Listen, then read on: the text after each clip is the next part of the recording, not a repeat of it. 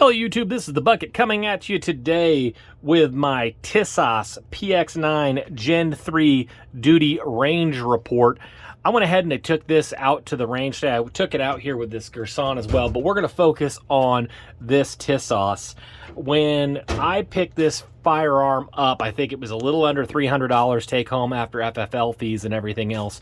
And I was a little nervous about this because I haven't run a lot of Tisas. I ran their 1911 and it ran great, but the Zagana line of pistols is not known for being the most reliable pistol out there on the market. They're very inexpensive, and I was a little nervous that this might be like the previous gens that they had. And so I took this out to the range. Shorty was out with me. He brought his little brother. I work with his little brother, and his little brother doesn't shoot a whole bunch. And so I was kind of interested to see how this would work, because this, I think, is really an entry-level gun. I love the package it comes with. Check my first impressions video on that. And I was excited to see how it would fare. Now, I'll tell you that this gun ran flawlessly. I had no malfunctions whatsoever. I did put a little bit of oil. It was a little dry when I got it, just a couple dabs on the rails, and she just ran like a top. No problems whatsoever. We did it with the 18-round mags. We did it with the 20-round mag. I don't know if they did a different spring in it, but it ran great. And because I put that mag well in there, I do kind of prefer that a little bit over the 18, because when you have that mag well in, it's kind of flush. I don't have a problem getting the mag to go in at all. I just like to have a little something extra grab on. So the 20-round works a little bit better with that mag well.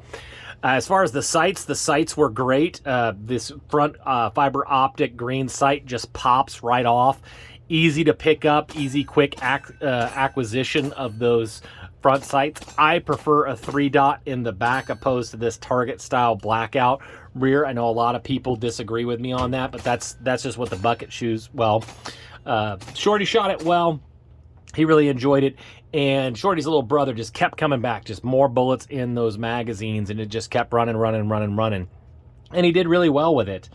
I think the trigger is adequate. It's not, I would say it's on par, if not a little bit better than a Glock trigger. So you have your little bit of take up, and when it hits that almost flat 90-degree angle, and then there's a little bit of creep in it, and it breaks real nice. As far as reset, it's a little longer than I would want, but you know what? It didn't seem to affect me being able to get quick follow-up shots.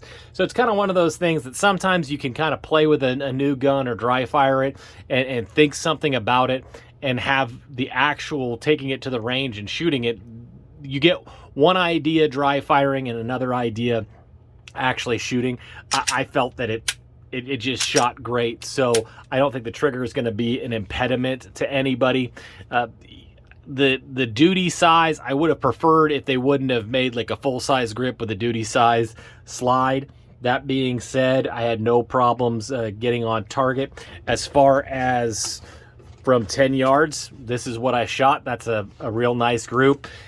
Compare that to the Gerson, which did not shoot. I did not shoot it as well. You know, you can compare those two groups. I think the Tisas shot a little bit better. Now, there's some reasons for that, and we're going to have a video on making that trigger a little bit gooder. So for anybody thinking about purchasing this firearm, I think it's a great firearm. You're going to really enjoy it. It's a great bargain at the price that you get them for, and you're going to get some really good accuracy. And I love the fact that it comes optic ready with an RMR cut. So what I'm going to do next in this series on this pistol is I'm going to actually install a Swamp Fox Justice red dot. We're going to go ahead and get that sighted up, and we're going to see how she runs with a red dot next. So stay tuned for those videos. Again, thanks for all the likes, the shares. Everything's really appreciated. And as always, you stay classy, YouTube. I learned a lesson. Never half-ass two things. Whole-ass one thing.